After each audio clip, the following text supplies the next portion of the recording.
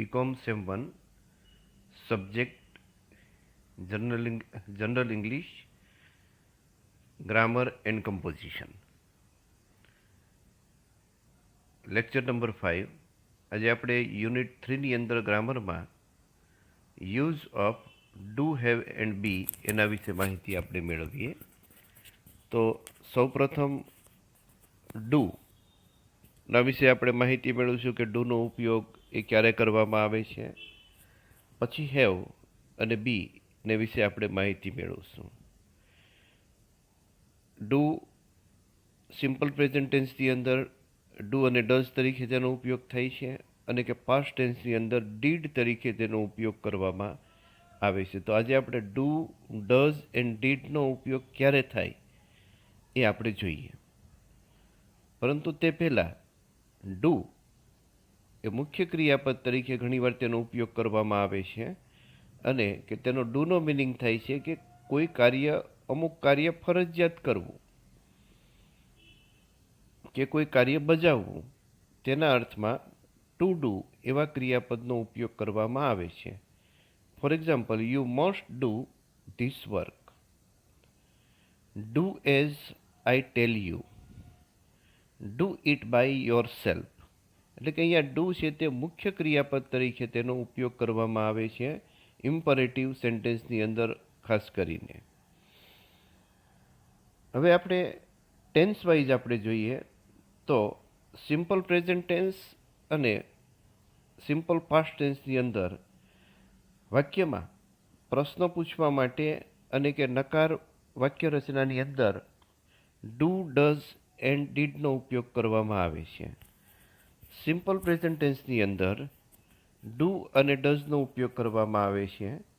તો સિમ્પલ પ્રેઝન્ટની અંદર ડુ ક્યારે વપરાય અને ડઝ ક્યારે વપરાય આપણે જોઈએ તો જ્યારે સિમ્પલ પ્રેઝન્ટ ટેન્સની અંદર પ્રશ્નાર્થ અને નકાર વાક્યની અંદર ઇન્ટ્રોગેટિવ એન્ડ નેગેટિવ સેન્ટેન્સની અંદર જ્યારે વાક્યના કર્તા તરીકે આઈ, વી, યુ, ધે કે કોઈ બહુવચન નામ હોય ત્યારે ડુનો ઉપયોગ કરવામાં આવે છે અને જ્યારે વાક્યના કર્તા તરીકે હી, શી, ઇટ કે કોઈ એક વચન નામ હોય ત્યારે in simple present tense interrogative and negative સેન્ટેન્સની અંદર ડઝનો ઉપયોગ કરવામાં આવે છે.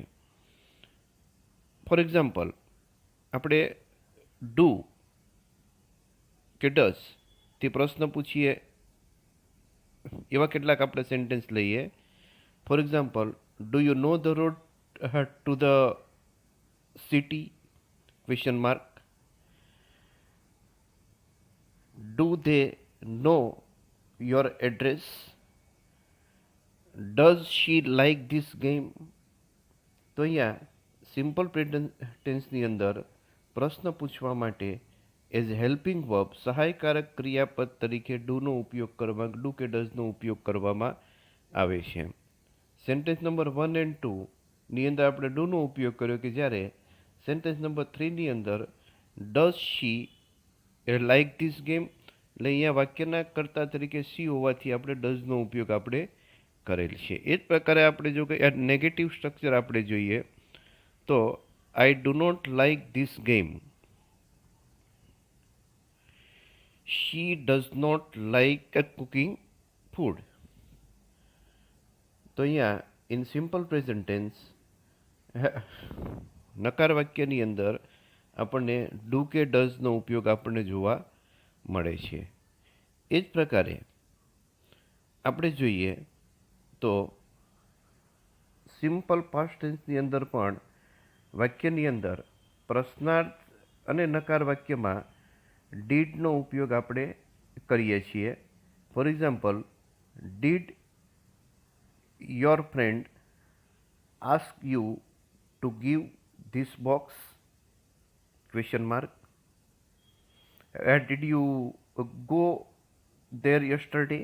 Question mark. Did she buy this book last Sunday? Question mark.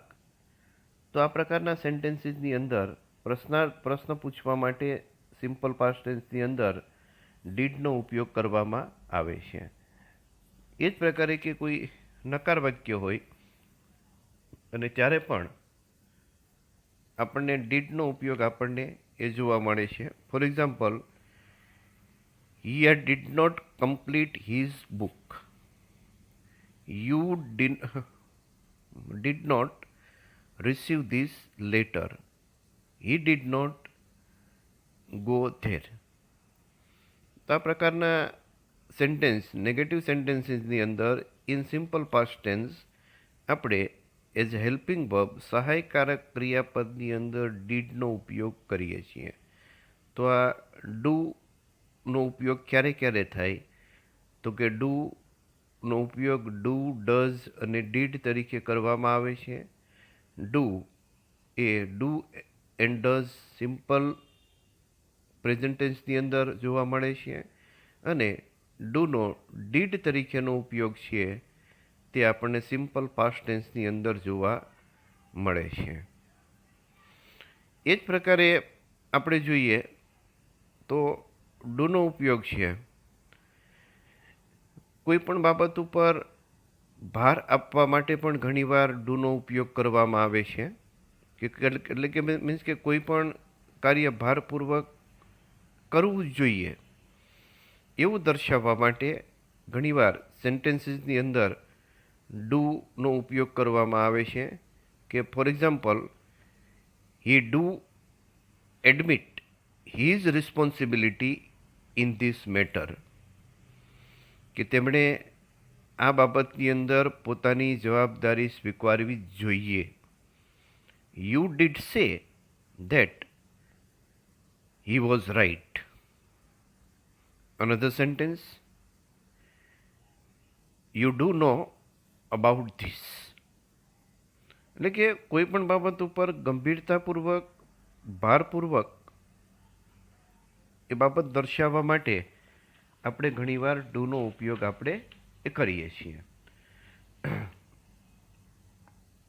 Four example, આપણે કેટલાક સેન્ટેન્સીસ લઈએ ડુને રિલેટેડ, મીન્સ કે ડુ, ડઝ એન્ડ ડીડને રિલેટેડ. તો please do this work. You can not do by yourself. Did they ask you before? Question mark. Raman does not go to the theater. He does know about this. તો આ sentence આપણને કે ત્યાં આપણને કે ડુનો ઉપયોગ આપણને જોવા મળે છે કે ડુનો ઉપયોગ એ ક્યારે ક્યારે કરવામાં આવે છે. તો આપણે ડુના વિશે માહિતી મેળવીએ. હવે હેવ એ ક્યારે વપરાય? તો હેવનો ઉપયોગ આપણે જોઈએ તો મુખ્ય ક્રિયાપદ તરીકે હેવનો ઉપયોગ કરવામાં આવે છે. કે હેવ એ પણ સામાન્ય રીતે આપણે જોઈએ તો બે પ્રકારે તેનો ઉપયોગ થાય છે. એક તો કોઈ પોઝેસિવનેસ, માલિકીનો ભાવ દર્શાવવા માટે હેવનો ઉપયોગ થાય છે, અને હેવ પણ અહીંયા હેવ અને હેઝ તરીકે તેનો ઉપયોગ થાય છે in simple in present tense. અને જ્યારે કે પાસ્ટ ટેન્સની અંદર કે હેવનો હેડ તરીકે ઉપયોગ કરવામાં આવે છે. તો આપણે અહીંયા પણ કે ડુની જેમ જ હેવનો ઉપયોગ પણ ટેન્સને રિલેટેડ છે. કે પ્રેઝન્ટ ટેન્સની અંદર કે હેવ છે તે હેવ અને હેઝ તરીકે વપરાય છે, અને જ્યારે કે પાસ્ટ ટેન્સની અંદર હેવ છે તે હેડ તરીકે તેનો ઉપયોગ કરવામાં આવે છે.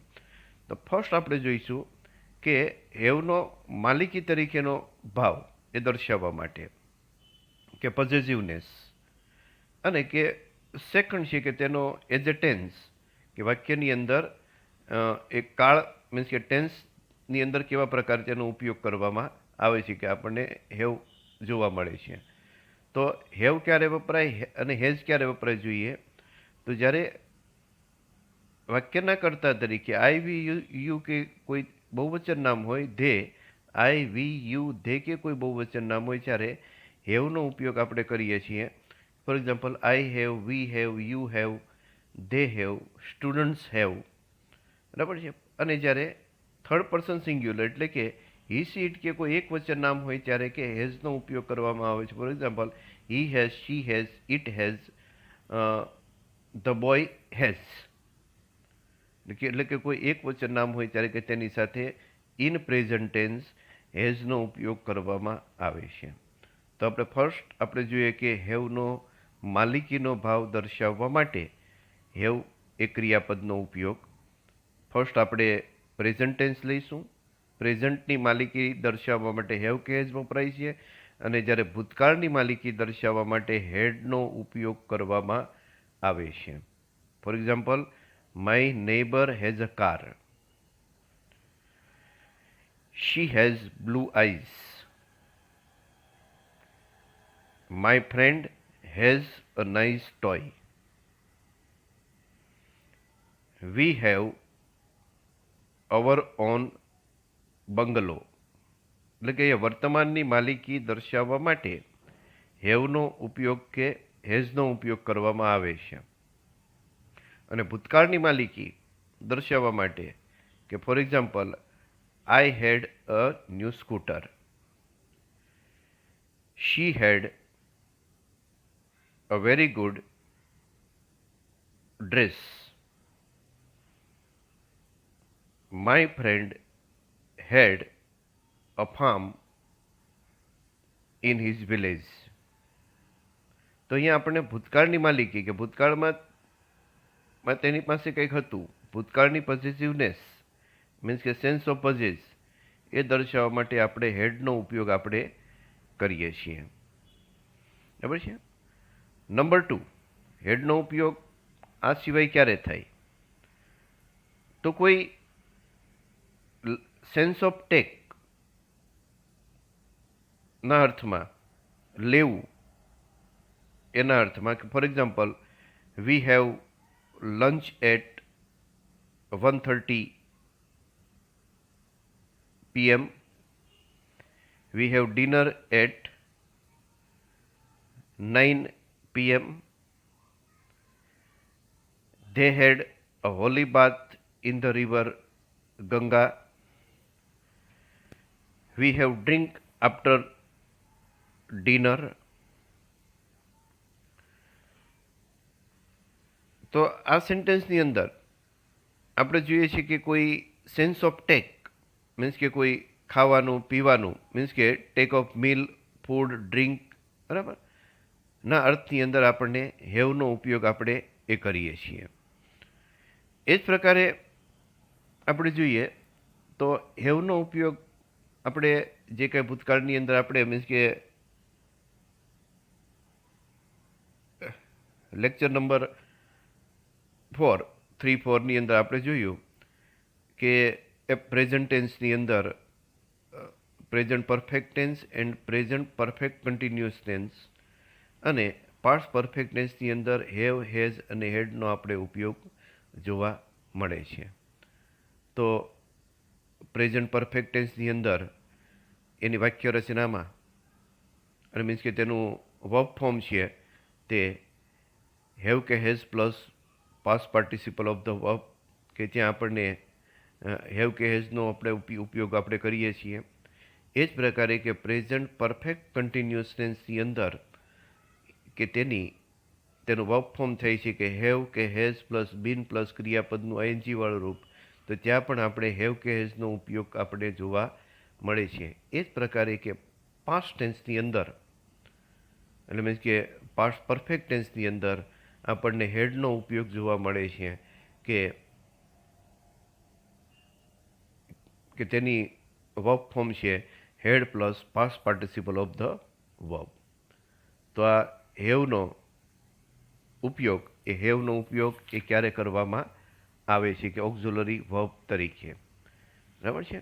તો હું તમને કેટલાક એક્ઝામ્પલ્સ આપણે કેટલાક સેન્ટેન્સીસ આપણે રિપીટ કરીએ કે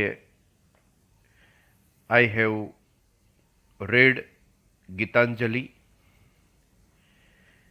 He has done his work before.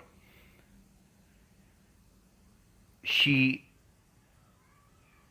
will have arrived at the station by 5 o'clock. I have to go at once. He had to purchase a pen last week. તો આ પ્રકારે ટેન્સની અંદર આપણને હેવ કે હેઝનો ઉપયોગ આપણને જોવા મળે છે. હજી કેટલાક એક્ઝામ્પલ્સ લઈ અને આપણે હેવ કે હેઝનો ઉપયોગ એ પૂર્ણ કરીએ. કે for example,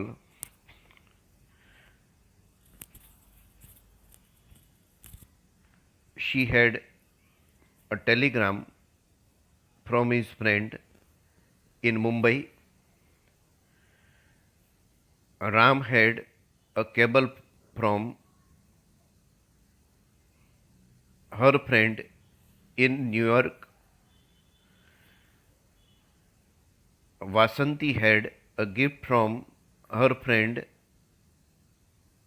Madhu, who had a gift from Delhi. તો આ પ્રકારના સેન્ટેન્સની અંદર આપણને હેવ કે હેઝ કે હેડનો ઉપયોગ આપણને જોવા મળે છે. નાવ અનધર સેન્ટેન્સીસ આપણે જોઈએ તો Manhar had a new set of pens. Have you a car?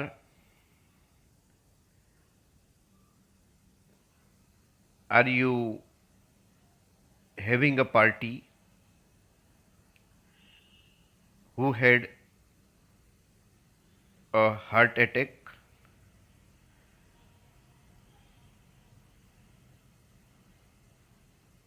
Ramesh had a letter from his father.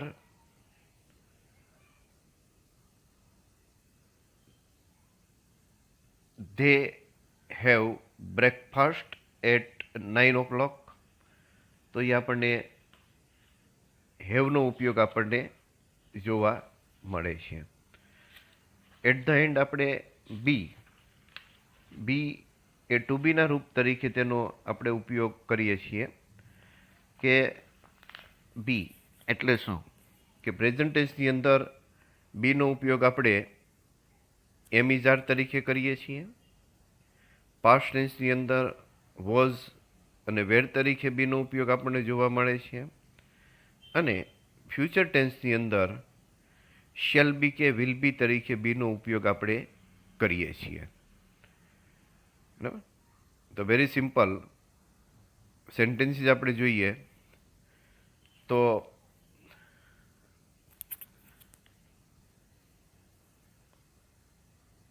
Mister Pandit is a professor. Jewelry is very clever. Your car is here. The book was on the table. Mr. Patel is to retire next month. Salman is ill. તો અહીંયા આપણે is અને વોઝને આપણે તેનો ઉપયોગ આપણે કર્યો છે. કે મીન્સ કે ટેન્સ પ્રમાણે.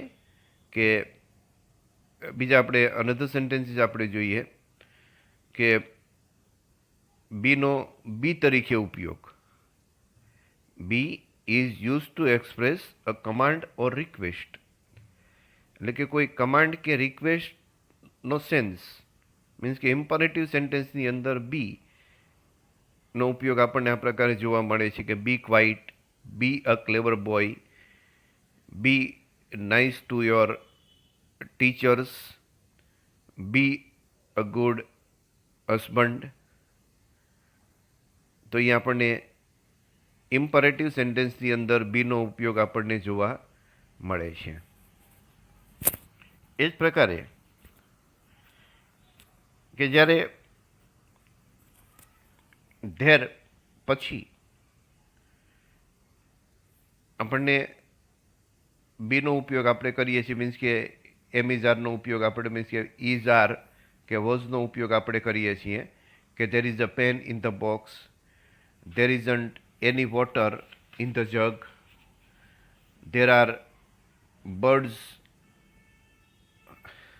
on the temple, are there vegetables in the basket. એટલે કે ધેર સાથે આપણે ઇઝ આર કે વોઝનો આપણે ઉપયોગ કરીએ કે there was an elephant in the pond, there was sorry કે there were many wild animals in the jungle.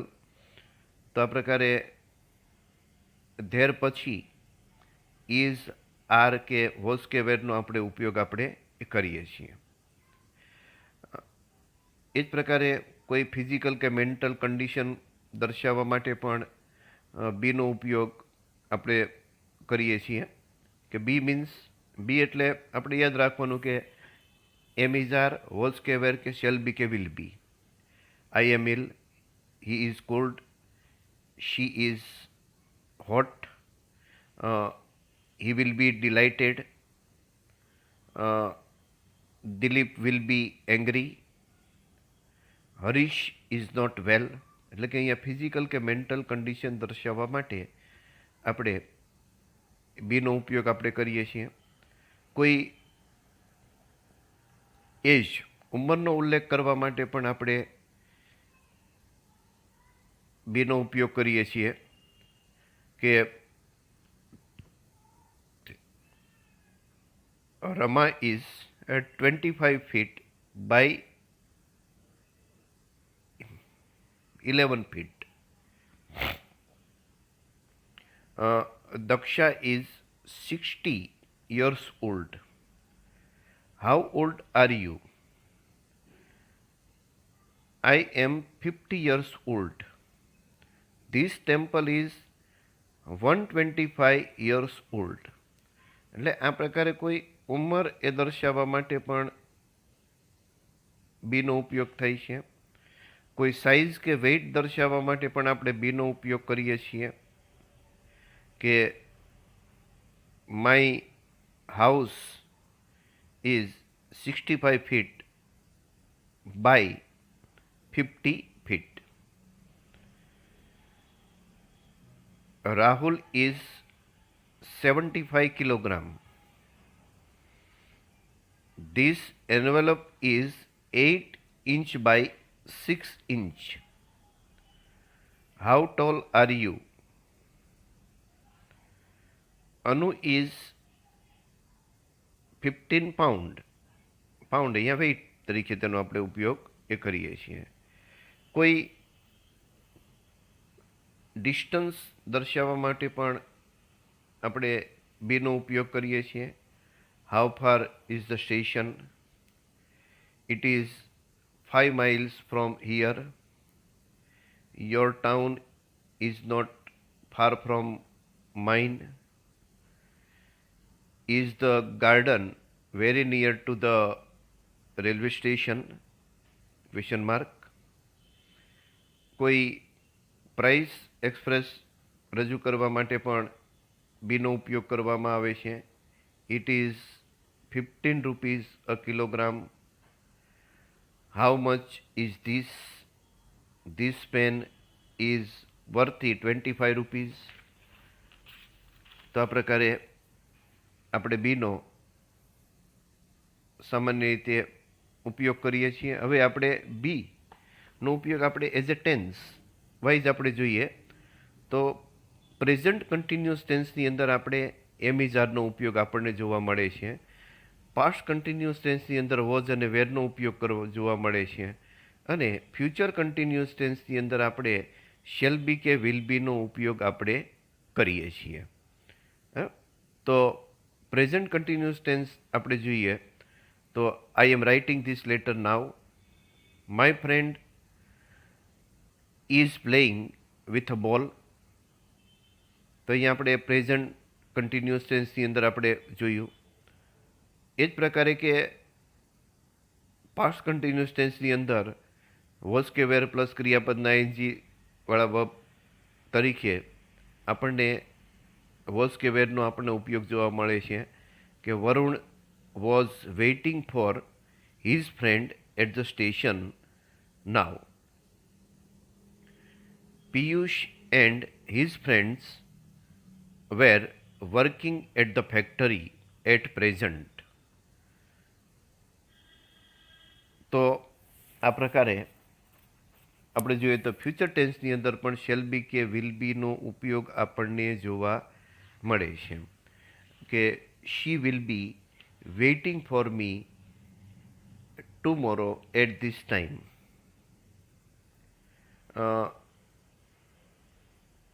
V shall be studying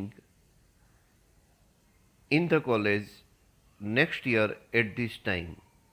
તો અહીંયા આપણે બંને સેન્ટેન્સની અંદર વિલ બી કે શેલ બીનો ઉપયોગ આપણને જોવા મળે છે અને એ પણ ફ્યુચર કન્ટિન્યુઅસ ટેન્સની અંદર.